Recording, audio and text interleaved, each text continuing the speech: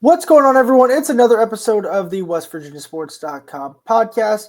I am Wesley Shoemaker, joined by, as always, the one and only Keenan Cummings. And today we're going to talk some basketball, some transfer portal signees, and get into everything that's happening with WVU sports right now. So, first things first, Keno, I think is going to be basketball. Mountaineers, after their big win over Iowa State, they fell to Arizona State in a game that was just ugly, ugly, ugly for West Virginia, especially on offense. Mountaineers went 4 of 29 from three, 31% from the field.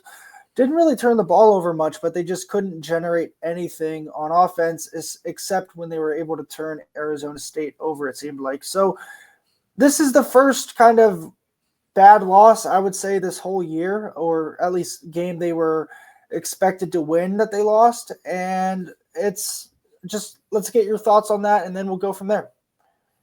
Well, it's only fitting that we spent, 5 minutes on the last podcast talking Yeah. about how this team doesn't do this, Mm-hmm. right? I mean, they haven't had these type of games. They've shown the ability to move forward, bounce back, either tough defeats, big wins. And then Tuesday happened. It was pretty much a tailor-made letdown game in a sense. West Virginia had every right to come in there flat, or maybe not right's the word, but everything's set up for that. You come off a big win over Iowa State. It's terrible weather. The crowd was affected. It was tough for people to get to the game. The game started slow. And then West Virginia built a little bit of a lead in the first half. And you say, oh, okay, there's the team we remember. They weathered this early storm. But after that, it just was a struggle. It was a 1-point game at half. Arizona State raced out to I think it was double digits at one point. I don't think West Virginia even made their first field goal until under 13 minutes left in the half. And that just can't happen. I mean, there was a stretch of, I think, 9 minutes of gameplay where West Virginia did not make a field goal. You're not going to beat very many teams like that. And it really was disappointing just because of all the things we did talk about. This is a team that has not done this, but eventually – if you get a night where Javon Small struggles, and he did, he got a lot of attention, as you expect, from Arizona State. They did a really good job defensively on him, showed him a ton of attention every time he had the ball, couldn't really get a lot of open looks. Was able to get to the free throw line a couple times, but they made it tough for him to get into the lane. And quite truthfully, not very many people around him stepped up. West Virginia needs some of those other guys to hit shots. There were open shots there. Sometimes they passed on them. Sometimes they missed them. But this team is not going to have success in its current construction if Javon Small either can't get going or people around him are not going to help. I do think you credit what Arizona State was able to do. They were the most physical team. And I think that's the first time this year that, West Virginia's lost some games this year, some of them convincingly to Arizona and Pitt. But this is the first time that I felt that West Virginia was, I don't know if out-efforted is the word, but out-toughed. I think that Arizona State wanted this game more. They were the more physical team, and it showed in the final stat line. They got crushed on the boards, which West Virginia's been beaten on the boards before, but not to this degree. Not like this. I don't remember a game that lopsided, and the second chance points really killed them. West Virginia would get a stop. You got to stop, string together a run, but then they'd get an offensive rebound, and it seemed like they scored in the second half on almost every single one of those opportunities. So in the end, it's just a disappointing game for West Virginia, but the good news is now you got some rest before you have to go to Kansas State and kind of turn this thing around, because going 0-2 this week is not something West Virginia wants to do with Houston coming to town right after that. Yeah, it feels like all of a sudden things and the whole vibes just shifted. It did a complete 180 from where they were when we were talking on Sunday of this team actually can do something serious if they start to go on a run. And this was an opportunity for them to go on a run this week and possibly have 3 straight wins heading into that game against Houston that you mentioned. And then they just fumbled it, truthfully. I mean, you speak about the way Arizona State just dominated them in the second half, especially on the glass. Like, there was this time where you kind of had in the back of your head, oh, they're just going to figure it out and have a way to win this just because they're shooting so poorly. And Arizona State they seemed to be turning them over at a pretty high rate. I think they turned Arizona State over 16 times, but they could just never either get that big shot or big stop when they needed it. I mean, Arizona State was kind of on their heels. They call a timeout. I think they were down, West Virginia was down 4 or 5 at that point, and then they just come out of the timeout, run a really good play, dunk spot, boom, 7-point, 3-possession game again. And so that just seemed to happen over and over in that second half, where it had the feeling of a run was going to happen where this team could get back into the game, and they just never could. Yeah, if you can't make shots, you got to play defense. And I think West Virginia allowed them to shoot 62% from the floor in the second half. A lot of those were in the paint. I don't know how many times that an Arizona State offensive player was able to get by the first defender, and then they kind of committed to help, and then just an easy dish for a dunk. I think I saw that same play 3 or 4 times in a row, at least 2 times at the end of the game. And it's one of those things. You're going to have ebb and flows with this. I don't think anybody thought that West Virginia wasn't going to lose another basketball game this season. Let's just get that out there. I mean, it's the nature of college basketball, especially in the Big 12. But how many times, Wes, have we talked about winning the games at home, especially the games you're favored? Yeah, I think if we had given a list of what games do we think West Virginia won't win the rest of the year, this game would not have been on that list. No, and I think in a way it's a wake-up call in a sense, because, yes, you can beat Iowa State at home. You can beat Gonzaga on a neutral floor. You can beat Kansas on the road, but you can also lose at home to Arizona State. You can lose on the road to Kansas State. This is a gauntlet, and I don't think the league's as top-heavy and as it's been necessarily, but I do think it's as deep as it's been. There are some basketball teams that are struggling right now, but even Kansas State, look at them. I think that they're last in the net right now, and they're like 105. If that goes to show you where this league is at in terms of a 16-team league. So there's a lot of those teams in that 60 to 100 range right now, and Arizona State was one of those. That's on paper, everything we know about that game, that's a really bad loss. By terms of metrics, it's a quad 2 loss. So it's still not damning in a sense right now.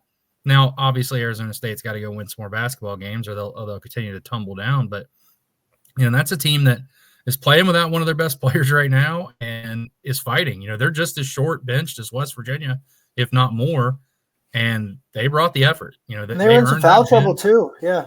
Yeah, they earned that win. There's nothing you can do about it if you're West Virginia. Just kind of scrap it, flush it, and move forward. But I'm not giving up on this team. This loss didn't change my perspective of where this team is at. Being realistic, I think we all got a little ahead of ourselves in a sense. Just the run they were on of late. But the magic number I still think for this team. You get 6 more wins, you're going to be in the NCAA tournament, and you got 13 games to get 6 wins, and that's not even counting the Big 12 tournament. So I think 6 you're definitely in. 5 you might even be in with your resume. But so that's kind of the magic number right now. But obviously this team's playing for a lot more. They're not just trying to, hey, let's punch our NCAA ticket. That was a good season. But if you're looking at it at home, frustrating win. I get it. I get people are frustrated, but I don't think you take one result necessarily and prorate that over the course of the season and think that's going to be, a sign of what's to come. Because if you did that, that's kind of where we found ourselves after that Iowa State game. Everyone's thinking, oh, wow, you can beat Iowa State at home. You can beat anybody. Well, turns to find out, you can lose to anybody too. So I think that moving forward here, I think Darren DeVries has done a superb job this season. I think that's the first time that he's really struggled, especially to get things going offensively. But it comes down to some of these other guys. Jonathan Powell's got to hit some shots. KJ Tenner's got to take some open shots when he's on the floor. Yeah, he was hesitating. Yeah, he's got to take those shots. He can make them.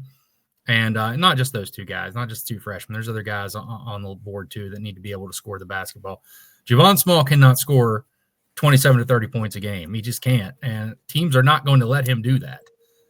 Now, he had some shots that he makes that typically didn't, he typically makes that didn't go in against Arizona State, but you're going to have nights like that. And the key now is for West Virginia to find ways to kind of get him more free and kind of get him where teams aren't able to take this game plan that Arizona State put out there and make it a regular thing. You got to find ways to beat teams, because if you're putting 2, if you're bringing 2 to small, somebody else is open. Somebody else got to hit a shot or make a play.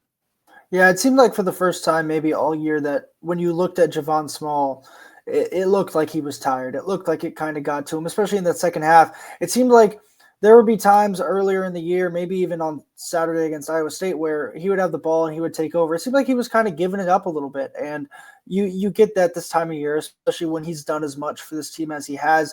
I mean, he's struggled, and it's been this team goes as Javon goes, and when he goes like all of his points at the free throw line except two, and he doesn't score a bucket until the second half, that's going to be a recipe for disaster. Also, your note of Arizona State shooting 62% from the field, they did that in the second half while going 1 of 7 from three. They were at 79% on 2-pointers. That is how you Not hard get to miss dunks. yeah, it's not hard to miss dunks, not hard to miss layups. And as far as the net goes, I know that's kind of the big metric that everyone looks at. West Virginia took a hit. They did. They went from 30, which I think they entered Tuesday night at, and now they're at 37 as of Thursday afternoon. So if they win a couple more games, they'll bounce back. It'll all work itself out. But you could see that the computers did not like this loss for West Virginia, even though it was only a quad 2 loss. Now you have a lot of quad 2 games remaining as well as quad 1 games. You've got 5 apiece.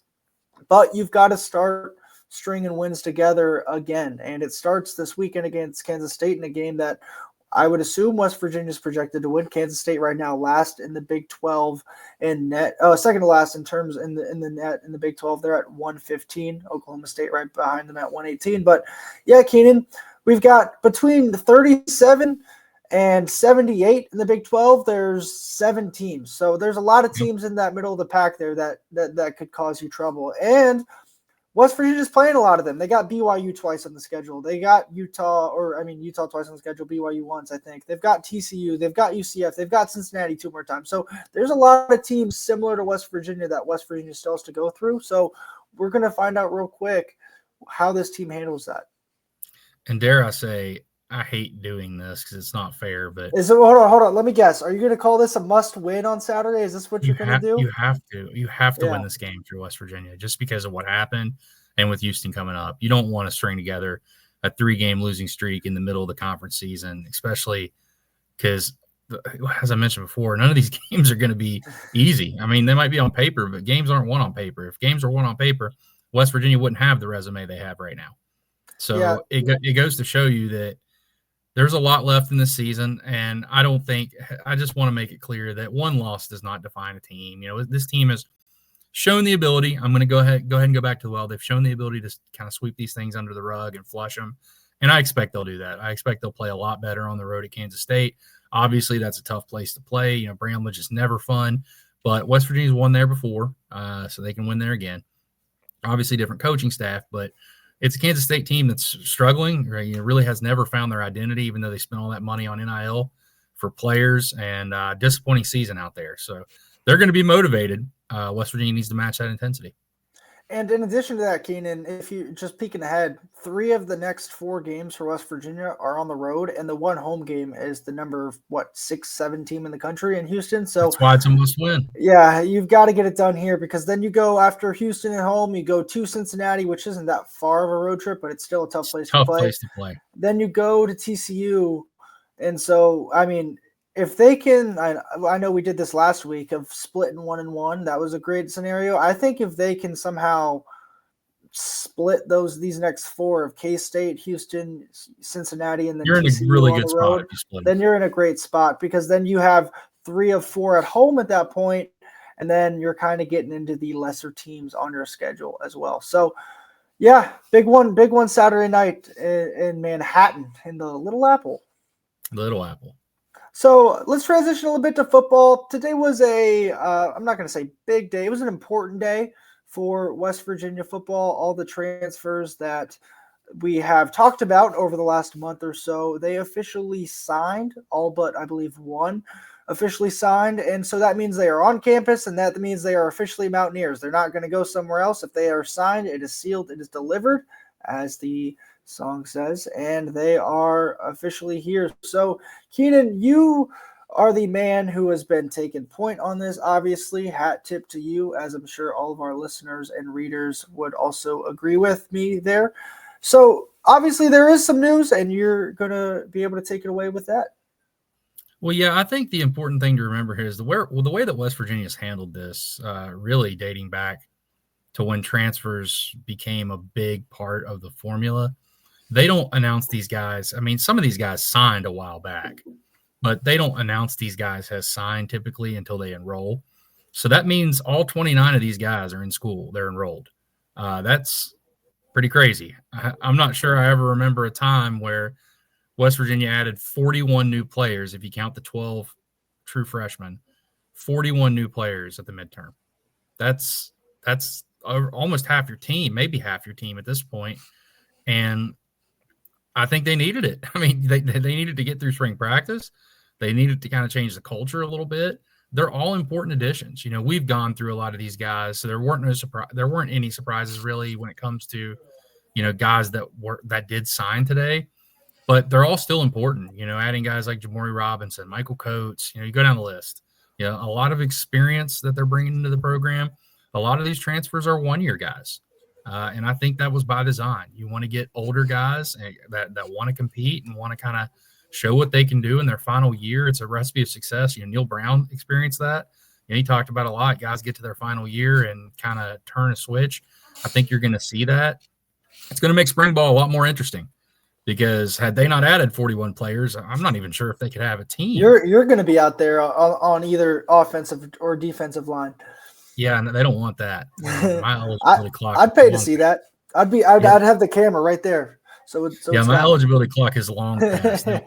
I do think that they did a really good job addressing needs. Is this perfect? You know, did they solve all the problems? No, they didn't. There's still work that needs to be done.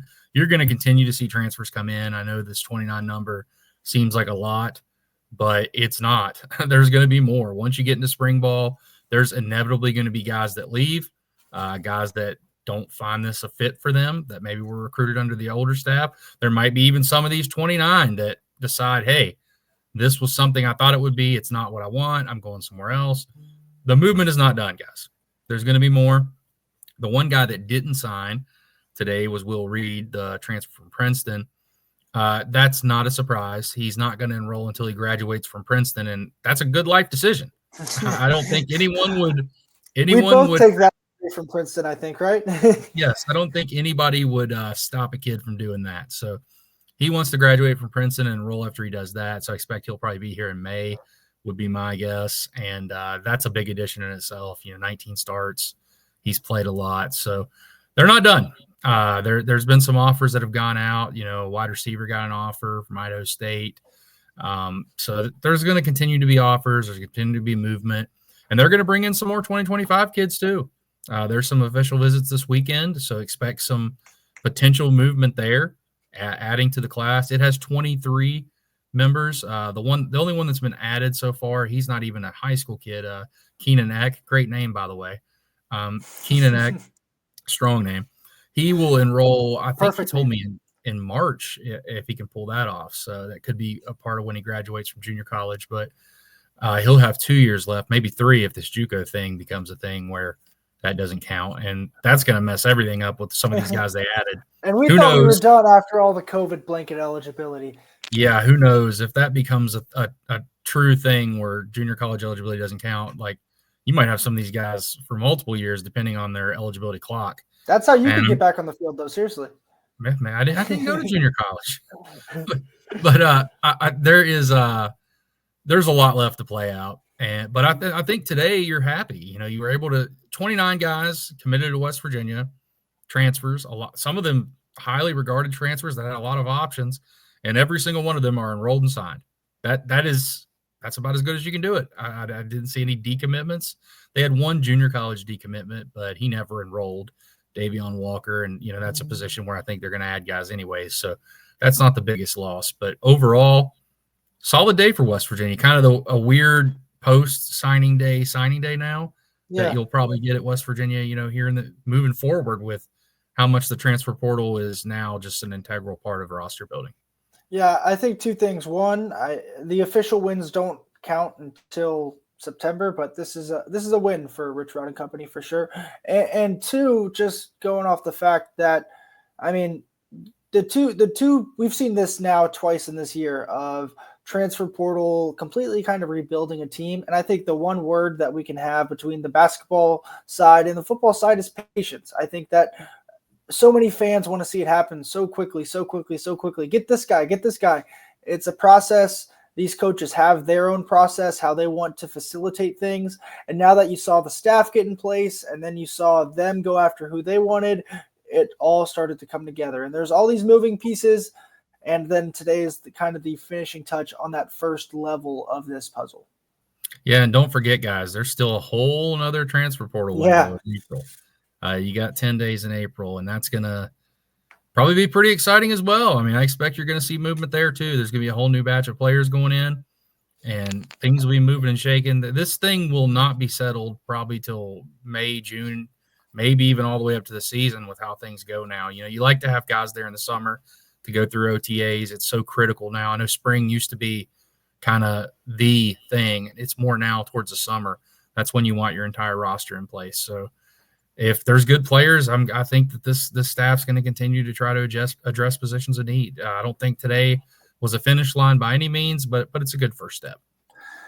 That'll do it then for this episode of the WVSports.com podcast. West Virginia versus Kansas State. I believe it's 6 o'clock Saturday night on the road. So have yourself a nice little Saturday evening by watching the West Virginia men's basketball team. We'll be back either that night or Sunday, probably with a recap of that game, as well as a look ahead to the Houston game.